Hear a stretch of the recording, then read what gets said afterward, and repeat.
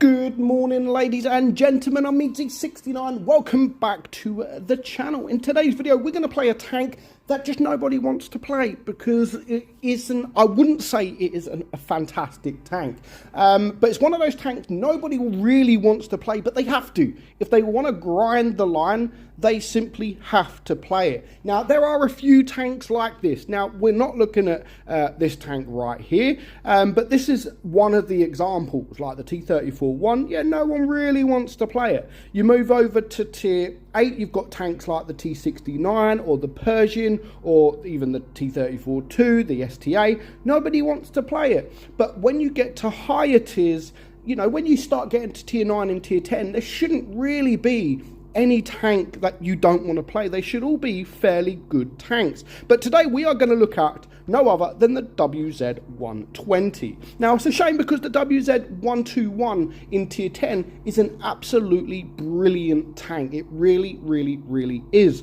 But to get there, unless you use free XP, you have to play this. And I don't think it competes with most of the other medium tanks, to be fair. Some parts of the tank, of course, are very, very good, but I just feel that it needs more, and yeah, it just falls really below par. So the stat wise, the turret, yeah, is very, very strong at 220 millimeters. The hull is very weak at just 104. The DPM is quite weak at 2659. That is a 9-second reload for a medium tank. Now, your penetration is 238. We are running calibrated shells to up the pen. So yeah, the DPM is naturally going to be lower. You've got 316 on your heat and 73 on your HE. Where this tank really does shine though, of course, is the alpha, just like the 121 really, with a higher alpha, except that this one has 400 alpha. The heat is 340 and the HE is 500. Your aim time is very good, just like the 121 at 2.4, the same as your gun dispersion at 0.292. Very, very good. Where this also really sucks is that gun depression at just 5 degrees. It really does struggle. Top speed is 56 kilometers per hour. Yeah, that's not too bad. Now, the thing about the tank that makes it really difficult, of course, is that that gun depression. 5 degrees of gun depression. Even though you've got a nice turret, usually when you are in a tank with a nice turret, you try and get on that ridge line. But a tank like this, you've got to try and stay away from the ridge line as much as you can, because if you're on a ridge line, you will not be able to get your gun down, and you're going to have to sort of go over the hill, show your tank to the enemy, which I've done loads, to be able to get your shot off. So yeah, if it had 7 degrees of gun depression, maybe 7 degrees or something like that, I think that is all this tank would actually need. I wouldn't say it needs much more than that, to be fair. It's just a boring tank. I'm not saying the tank is bad, but you know, it could be better, and there's just some flaws in the tank that does suck, and most of that is mainly that gun depression, to be fair. That poor T-34-2 just got absolutely annihilated, like really badly. As you can see, not even a minute gone, and he has gone back to the garage. So yeah, if you are in a hold down position, of course you can get some block damage, because it does have a decent turret.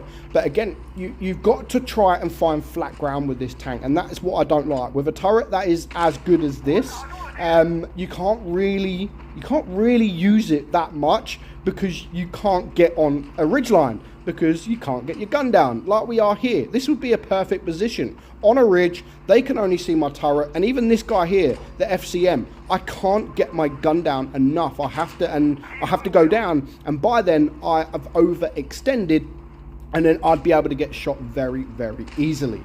So yeah, that's, you know, 7 degrees of gun depression. I really do think that the tank would be a lot more fun to play, and the fact that there are a lot of players out there that love the WZ-121, yeah, you just got to go through this, I'm afraid, before you get to that 121. But you know, you can still have good games. I went and played it. I had a few good games, to be fair, but it's not about being like a really bad tank. I don't think it is a really bad tank. I think it's actually it is decent, but just nobody wants to play it. Nobody has fun in it. You don't really see this tank often in tier 9, and when you do, it is one of those tier 9s that you are not scared of. You know, there's a few tanks out there that you would like, okay, I need to watch that guy, the T-54 maybe, something like that, but yeah, this one, I'm never afraid of a 120 ever, and whenever it is in a game, it doesn't usually do too well. Now, of course, I do well. I've done well there, 3.5k and 1300 block damage because I'm kind of overpowered. I'm not. That is a joke. I actually suck nowadays. But in top tier, of course, you can do the job. You can get the job done. And that's the same with a lot of tanks, to be fair. If you're top tier, then naturally the tank will look better.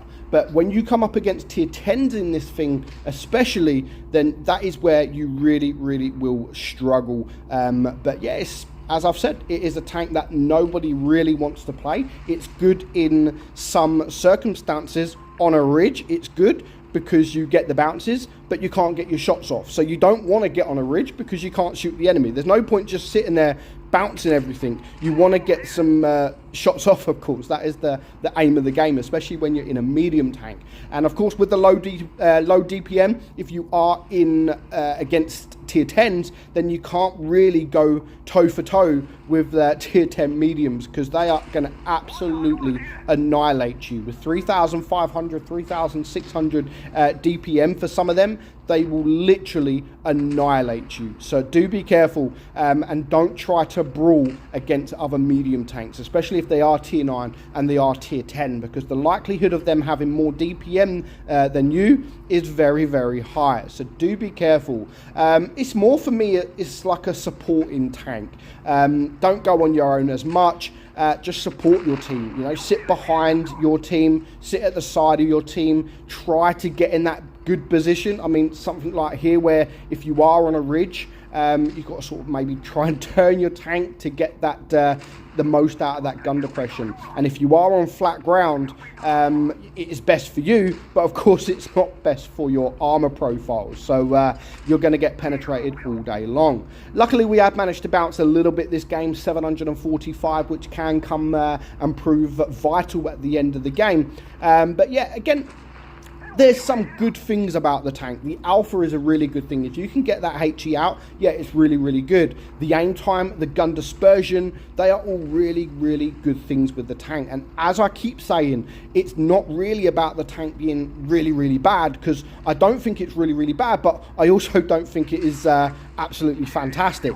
It's a boring tank. Nobody really wants to play it. And yeah, that is just the way it is, I'm afraid.